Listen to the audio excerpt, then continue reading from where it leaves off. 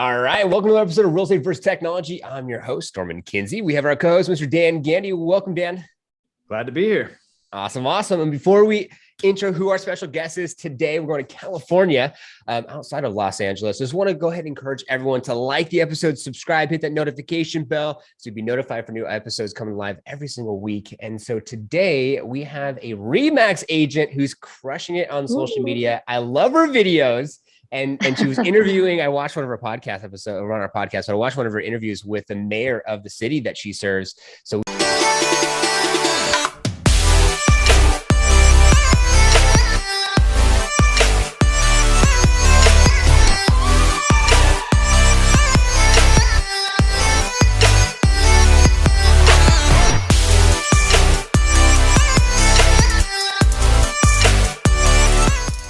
Madison on the show. Welcome to Real Estate vs. Technology.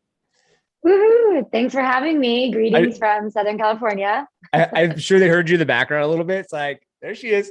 I love it. I know off air we're talking about like your city a little bit and how like a lot of people don't actually know about, the suburb that you serve outside of Los Angeles. And so it'd be cool to kind of like get into it a little bit. And the show's all about you. So let's get kicked off with a little bit about like your background and like how long you've been in the business and why real estate?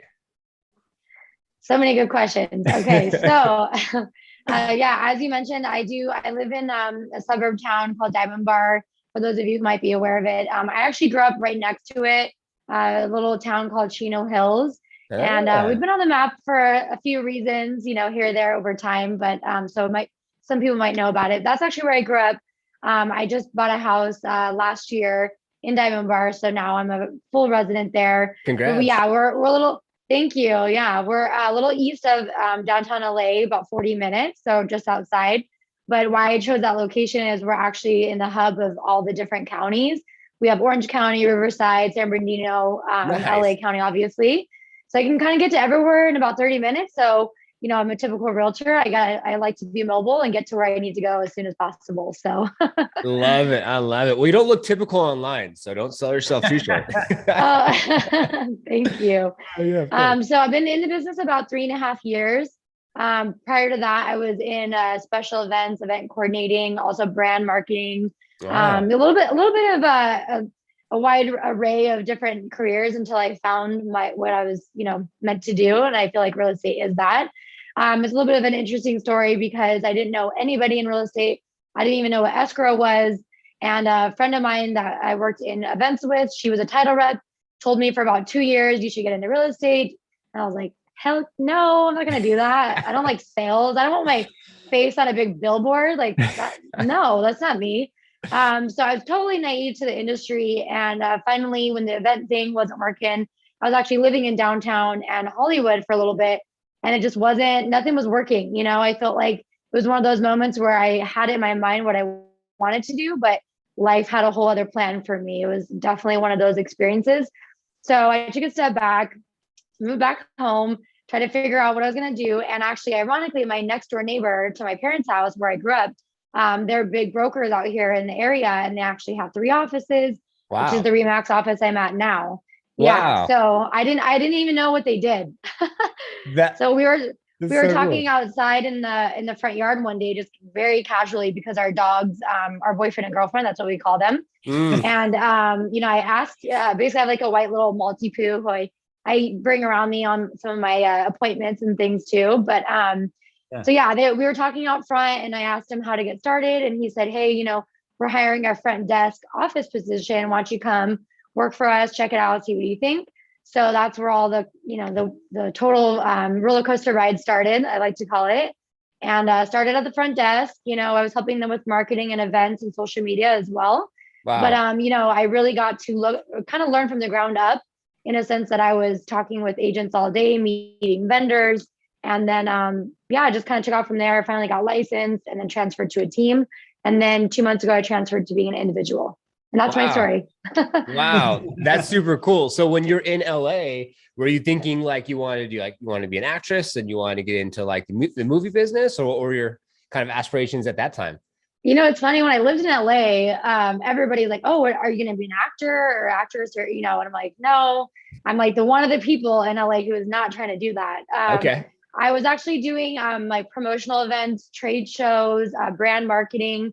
I was doing a lot of demo work. I was working for like companies.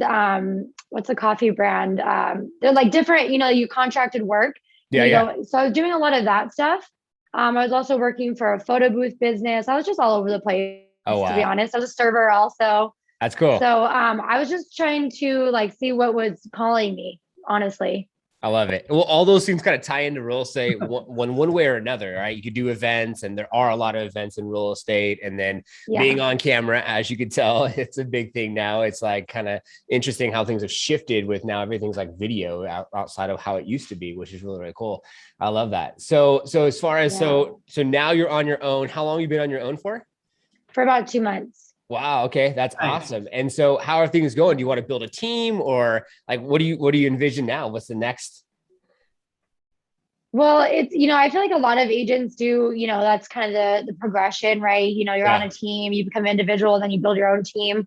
And a lot of people have been asking me, well, where do you see yourself in the next 5 years, 10 years? Again, honestly, to be completely honest, I'm still wrapping my head around even being in real estate because that was never my original plan.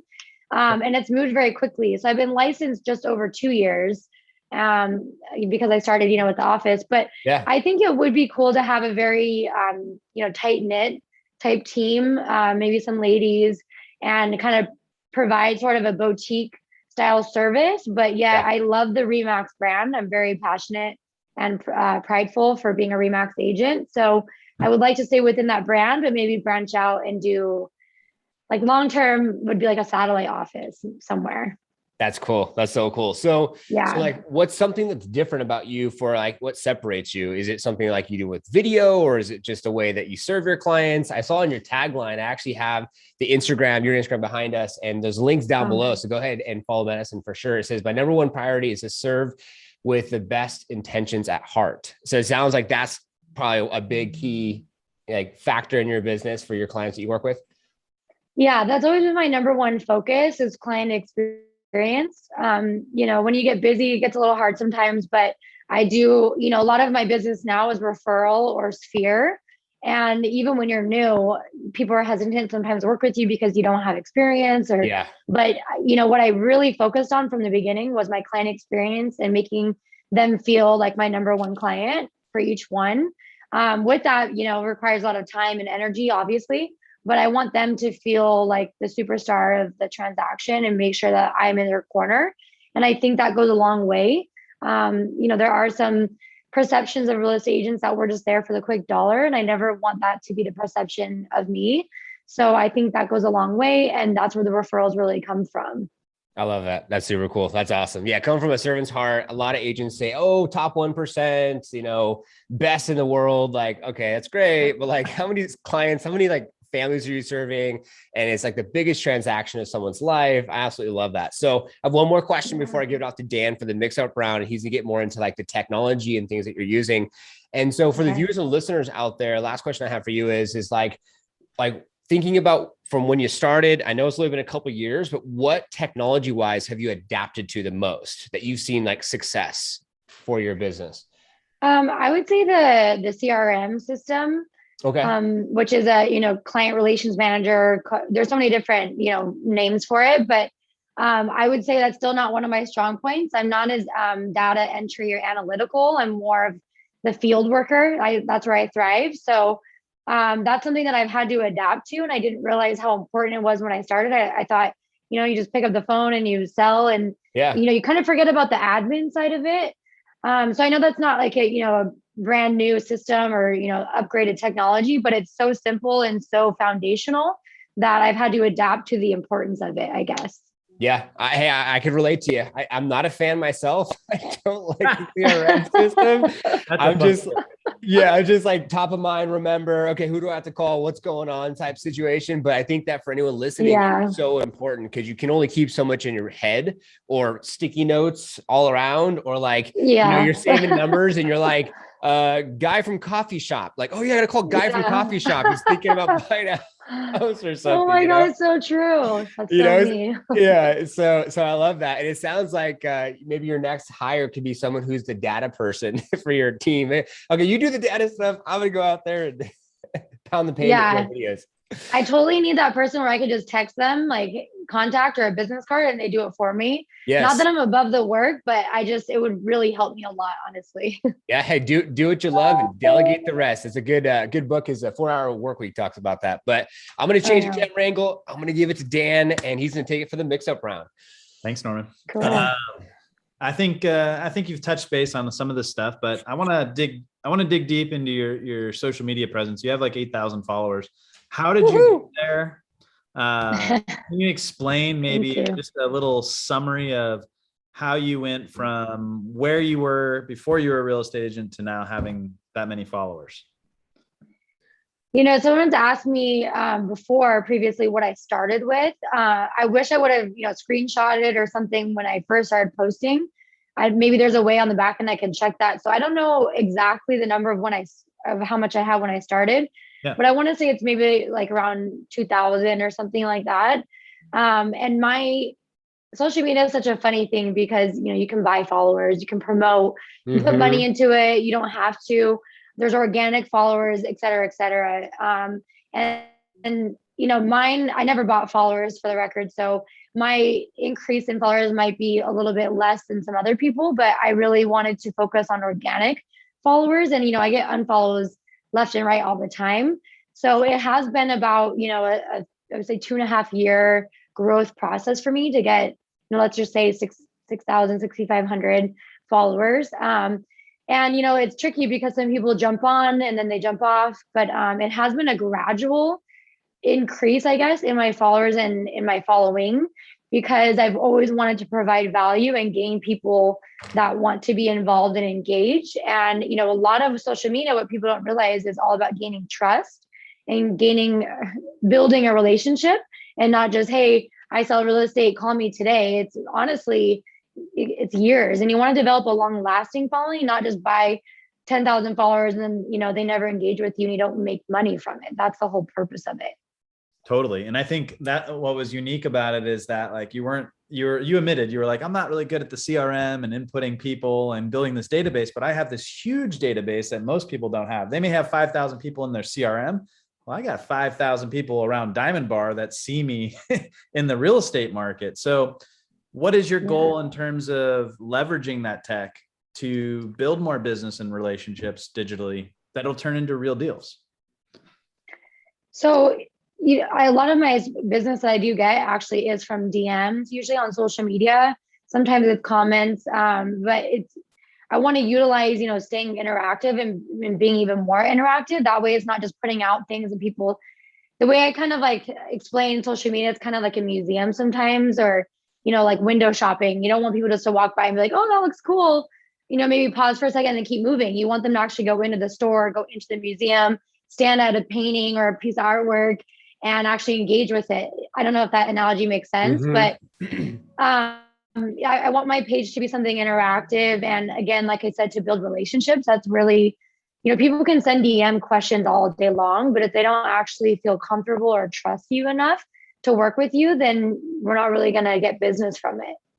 Yeah. And I think one little concept that brings this to mind is that the more engaging the content, the more interesting the content, the more attractive the content in social media world, the more you create this funnel of rabbit holing that people want to watch more and more and more of your stuff. They scroll deeper and deeper in your feed. They always want to see your stories. And I think you've done a great job of having good content, good video that's going to be able to create a sphere of influence and a social influence on a lot of people who may just not be familiar with buying a home. And I think or selling a home.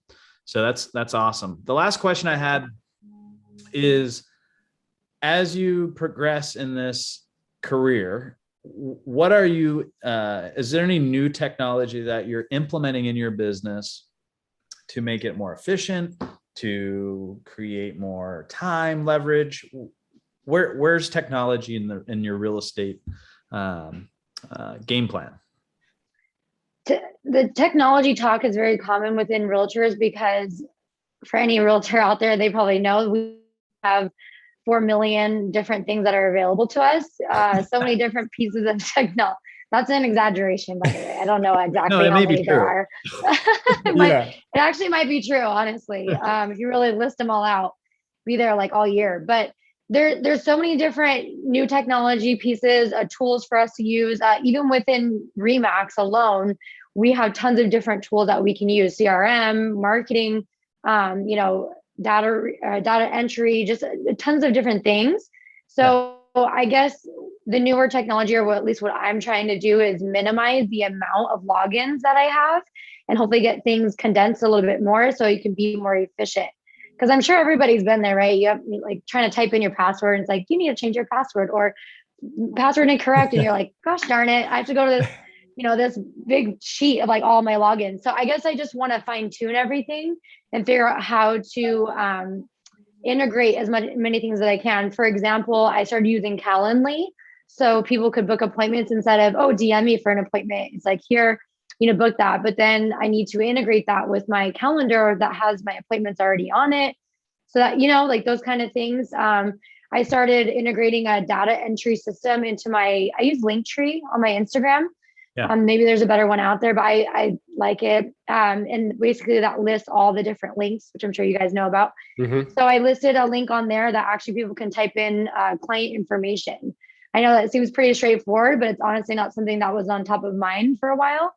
So I guess it's however to integrate the best way possible, multiple technology tools, and then also make it as simple as possible for clients. Because, we're in the business, so we kind of know a lot of different ways. But even like you said, some people don't know anything about buying a house. So I want to make it on the consumer side as easy as possible for them to reach me or inquire about something. And so fine tuning those processes and making them very efficient just enhances that client experience. Yeah, that's all good information. Because I think the biggest thing is that you talk about tech fatigue and usernames and logins and always being like, what am I logging in to do? How do I consolidate all this stuff?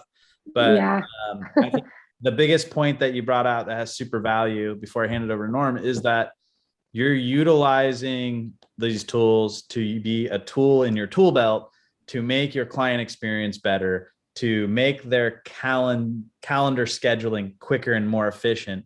Because 10 years ago, it was like, call me, leave a voicemail, call them back. When are you available? Call them back, say I can do it at 2. And now you can just DM my Calendly, and in 30 seconds, everyone's on the same page. So listen up, realtor. Yeah. If you don't have Calendly, get it now. Back to Norm. I love it. Well, thank you for taking on that mix-up round, Dan. And there's a little bit there to unpack. I have to say, so I was doing, Madison, some sniping, and I actually went to your museum, checked out what you had going on. And I loved how you had the videos out there that would showcase different things, like the mayor or someone talking about, say, like the lending portion, or talking to a home stager, or whatever the case may be. It was very much informative. So as I went through what I was looking at on your Instagram, it was something of value, where almost like you say, like, it's just you, but I almost felt like you have a team, even though you don't have a team, because you have a stager and you have these different people, lender that's on your team, maybe indirectly. And so I love that. And I think that it adds a lot of value with that. So that's awesome. And we love using Calendly with Google Calendar, because then it's super simple and it's there, and it makes it super easy for individuals. But I can imagine back in the day, you have to have like a piece of paper and like write down your schedules. Let me pull out my black calendar book. Yeah, it's like, what the heck? That's interesting. So a couple last questions that I have before we open up the floor to you, so you can leave anything for our viewers and listeners to take from today's episode, is, so I see some of the content you're doing with the video content. Like, what's your intention as far as, like, are you looking to be like a brand, like not a brand ambassador, but like an ambassador of your city? So then when someone thinks, say where you serve, like that's their automatic, like, okay, go to Madison's the one to go to. Like, what's your approach to some of the videos and stuff for viewers and listeners that might want to do the same thing that you're doing? So a lot of the content that I create is either questions or feedback from clients, to be honest, or things that I've learned. Okay. But it's pretty, again, if you really break down home buying or home selling, it's pretty basic and simple. Sometimes we make things overly complicated, but if you really listen to the clients themselves, you can pull a lot of great information or content ideas from them themselves, right? So when buyers are calling me, especially if they're not from a certain area, let's say they're moving from NorCal to SoCal, right? They don't know anything about Diamond Bar. They don't know anything about Chino Hills.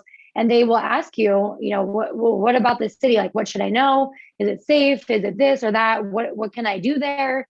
That's kind of the idea behind the interviewing of the council members, not to be involved in politics at all, but I partnered with the first council member, and she's the mayor of Chino Hills. And I was talking with her, just brainstorming different video ideas. And she said, it would be great to interview council members, not on a political level, but because they know their city is the best, even better than us sometimes as realtors. So I wanted to go directly to the source of the people that are in and out of the city.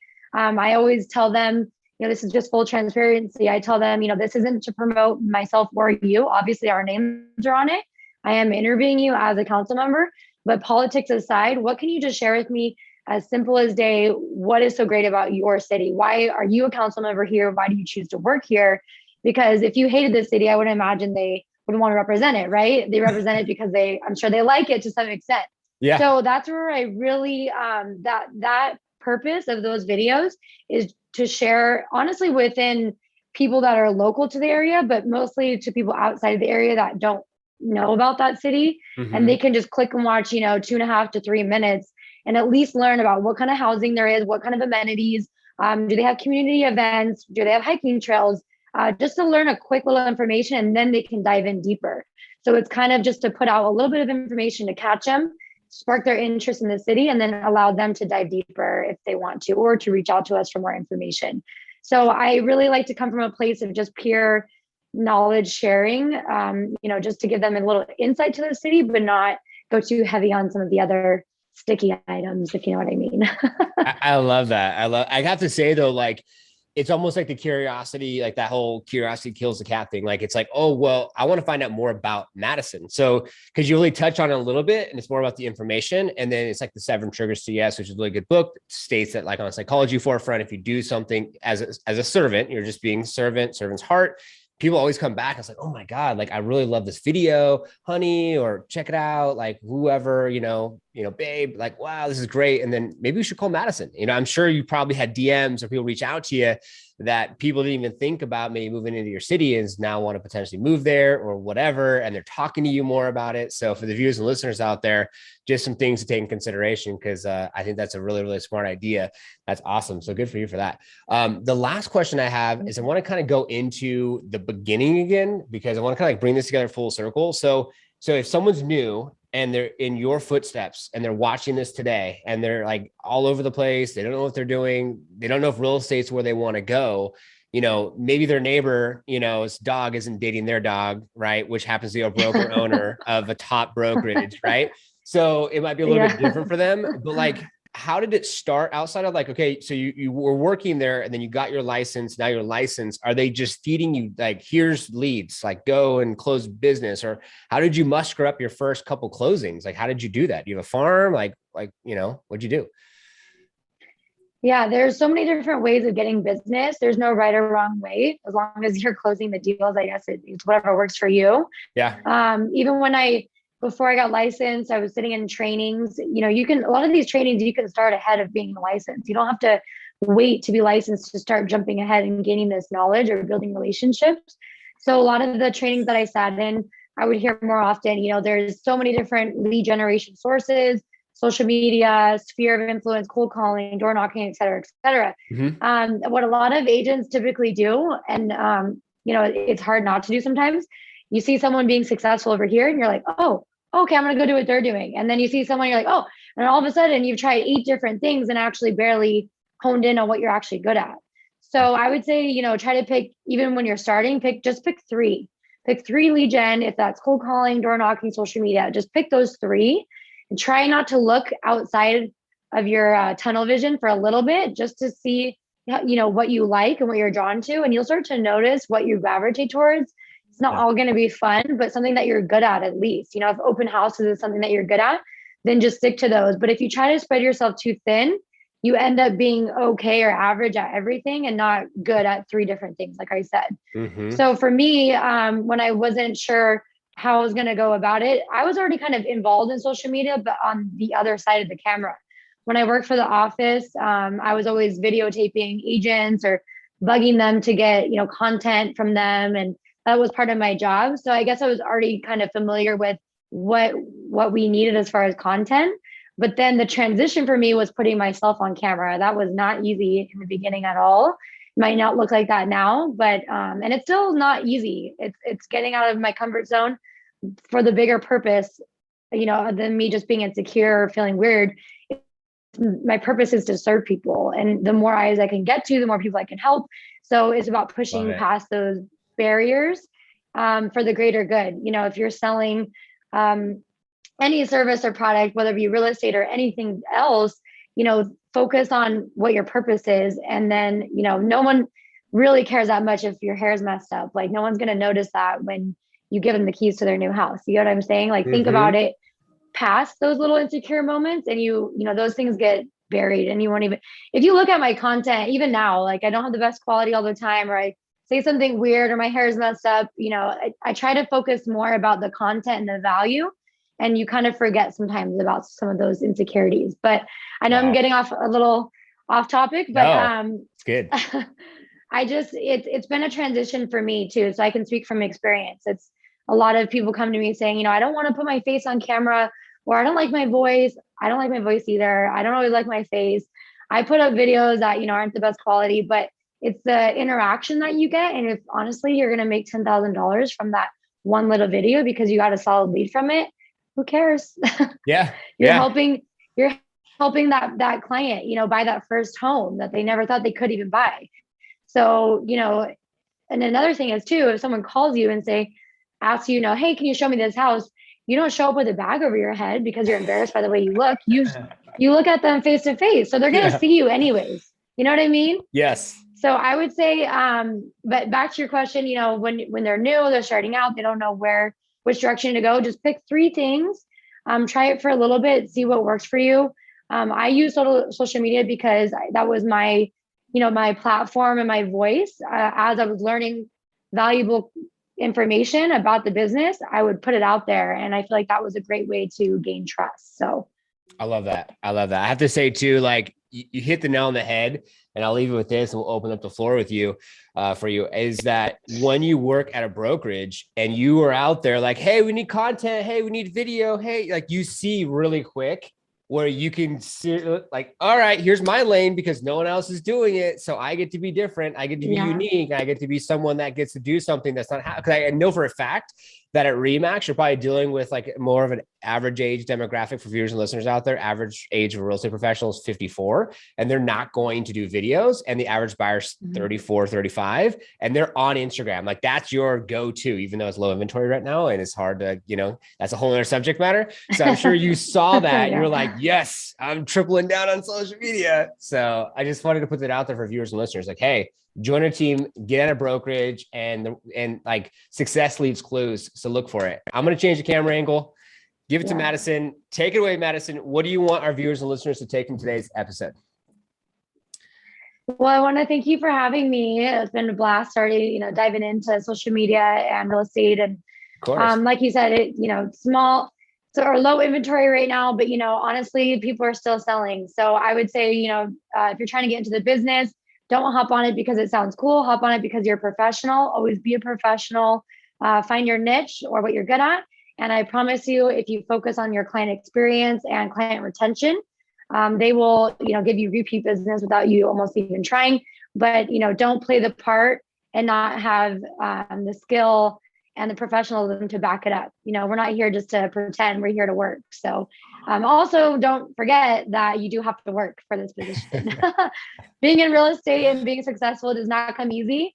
You will shed some tears. So have someone good to support and vent to if you have that. And we're all in this together. So if you don't have someone with you, there's like 4 million other people you could vent or DM on Instagram. And trust me, we're all in the struggle together. So I would say stick it out and make sure you're building your foundation for the long term and not for the short term. This is no quick fix, quick transaction. and it's a fun business to be in. So hop on for the ride.